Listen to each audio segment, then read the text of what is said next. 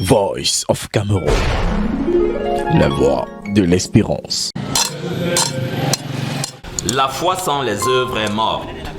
Des bruits de machettes, un son de sarclage et le parfum savonneux de ses serpillères au service de Marie, la médiatrice, dans ses instants de coquetterie.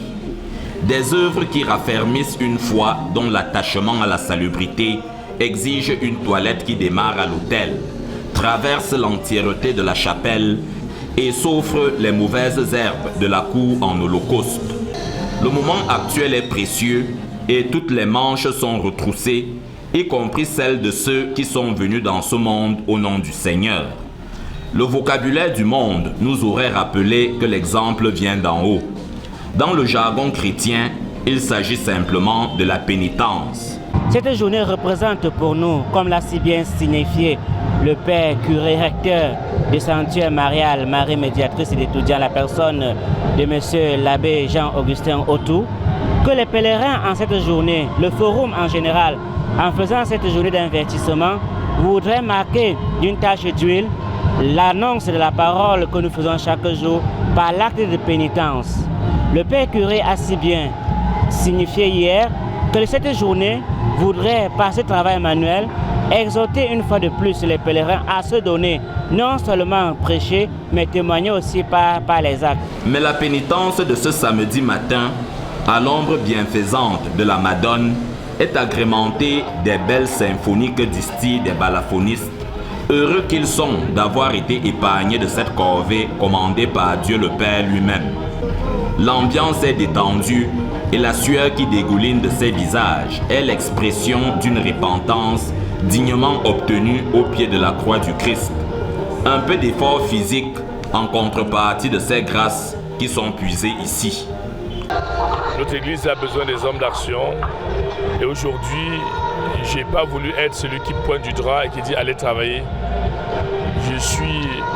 Je veux être un pasteur qui dit allons travailler, allons prier, allons faire ceci, engageons-nous. C'est cet enseignement que j'ai voulu faire passer en prenant la matinée de ce samedi pour d'abord rester le rosaire parce que nous sommes au mois du rosaire. Pour pas dire aux fidèles allez rester le rosaire.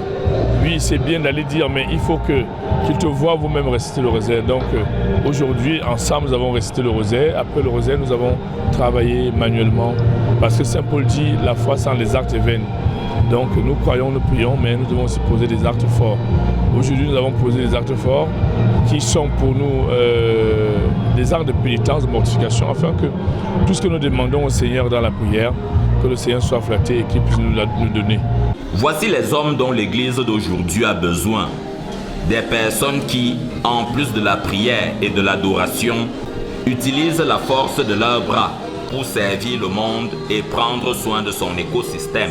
Bon, je suis venue ici là pour venir travailler parce que pour moi c'est une joie de travailler ici là avec tous mes frères et sœurs, de travailler dans le sanctuaire où je viens tout le temps, le sanctuaire qui m'apporte la guérison, la santé spirituelle, tout ça. Je suis venue pour faire le ménage, pour faire plaisir à Marie et à Jésus-Christ. Et toi? Je suis aussi venue faire le ménage pour faire plaisir à Marie et Jésus-Christ. Et est-ce que l'école se passe bien? Oui. Vous avez commencé? Oui. Et qu'est-ce qui s'est passé à l'école? C'est bien. C'est bien, non? C'est tout? Tout? Oui. L'actualité de ces derniers mois, dominée par le coronavirus, s'est ajoutée à cette grande toilette qui a utilisé les moyens adaptés. La désinfection en images retire les éventuelles souillures qui se seraient permises de profaner la sainte demeure du Christ.